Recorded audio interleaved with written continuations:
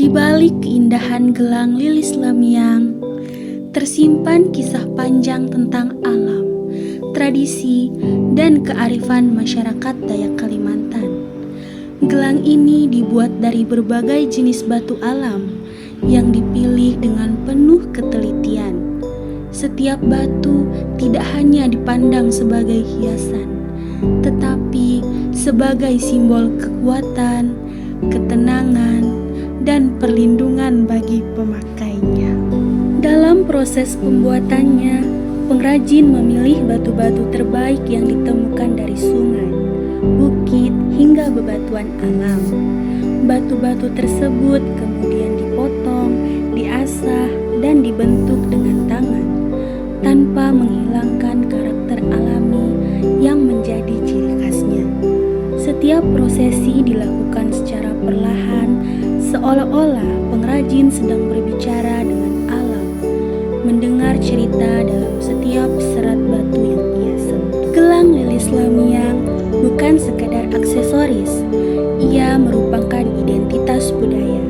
Dalam masyarakat Dayak, gelang ini sering digunakan sebagai penanda status, lambang keanggunan, dan wujud penghormatan kepada leluhur. Pola dan susunan batu di dalamnya menggambarkan keseimbangan antara manusia dan alam, hubungan yang telah dijaga turun-temurun. Kini, gelang lilis lamiang tak hanya menjadi bagian dari ritual adat, tetapi juga karya seni yang diapresiasi oleh banyak kalangan. Keunikan warna, tekstur, dan makna di baliknya membuat gelang ini terus dicari, baik sebagai simbol budaya maupun sebagai kerajinan bernilai tinggi. Melalui tangan para pengrajin, gelang lilis lamiang terus hidup, menjadi saksi bagaimana tradisi dan kreativitas berjalan bersama. Dari batu alam yang sederhana, terciptalah sebuah warisan budaya yang abadi. Setiap karya dimulai dari satu langkah penting. Tidak semua batu dapat diproses menjadi kerajinan. Harus dipilih yang memiliki kekuatan, keindahan warna, dan karakter serat yang menarik. Pemilihan ini terkadang membutuhkan waktu berjam-jam, bahkan berhari-hari.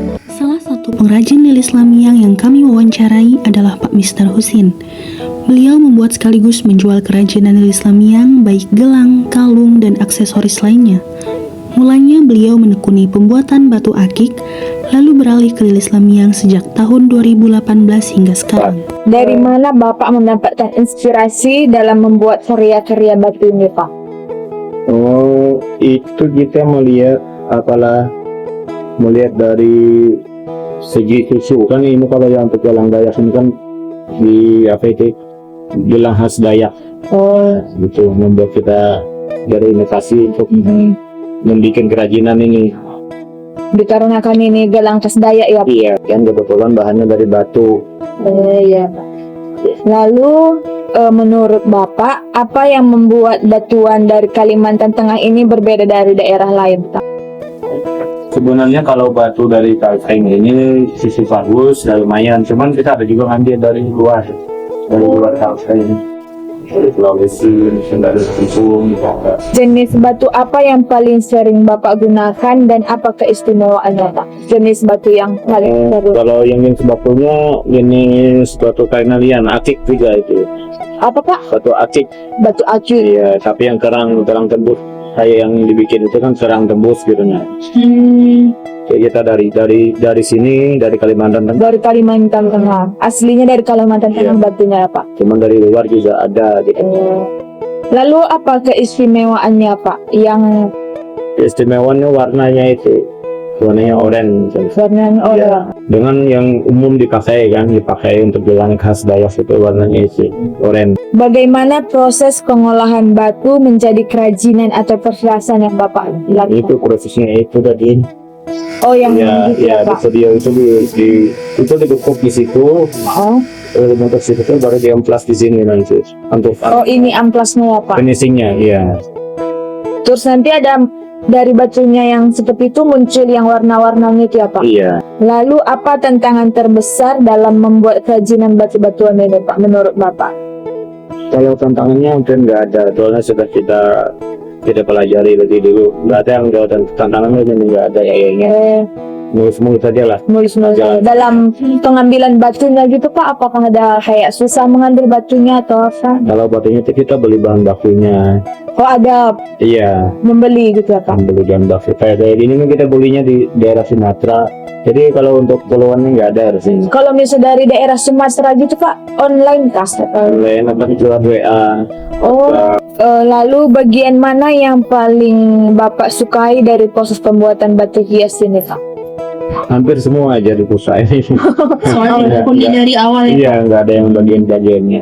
Lalu menurut Bapak, apa hubungan antara batu-batuan dan budaya masyarakat Dayak di sini? Yang hubungannya ya itulah, kalau batu-batuan ini kan khususnya Lamiang ini itu buat kawin adat.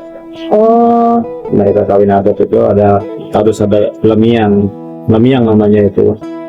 Lamiang itu dengan duit ringgit, dengan nanas sembelin biasanya syarat untuk mereka kawin, dengan untuk syarat ritual adat Dayak gitu. lalu bagaimana cara Bapak menjaga agar nilai-nilai tradisi tetap hidup dalam karya modern ini Pak? Ini kan banyak yang gelang-gelang modern gitu, jadi bagaimana cara Bapak? Kita bersaingnya itu di pekerjaan kita aja.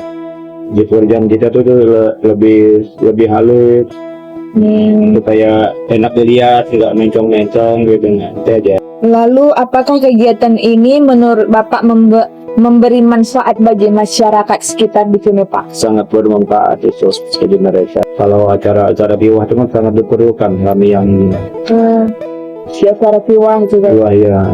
Biwah nikah adat itu kan memang harus pakai Lamiang. Dengan budaya Dayak, menurut Bapak apa makna batu dalam kehidupan masyarakat? Warna iya itu tadi itu lambang. Kalau batu ini kan bisa bilang lambang lah ya gitu. Untuk gelang itu, gelang Dayak itu. Dan kalau masyarakat Dayak pasti tahu yang namanya Lamiang itu. Menurut Bapak, bagaimana masyarakat sekarang memaknai batu-batuan dibandingkan zaman dahulu Pak? Kalau sekarang maknanya itu lebih ke aksesoris mereka. Nah, karena buat makan-makan jenisnya kan ada, saya bikin tuh buat makan-makan batu ya. Kalau yang zaman dulu kan itu khusus buat acara mereka, acara tiwa-tiwa, buat kawin ada. Tapi sekarang Sudah dibuat iya, aksesoris gitu. ya, aksesoris sudah. Lalu menurut Bapak, bagaimana cara terbaik melestarikan filosofi dan nilai batu ini bagi generasi muda Pak?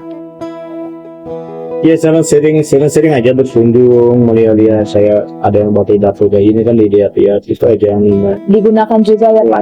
Dalam kesunyian pengerjaan, terdengar suara gesekan batu, deru mesin potong, dan hembusan nafas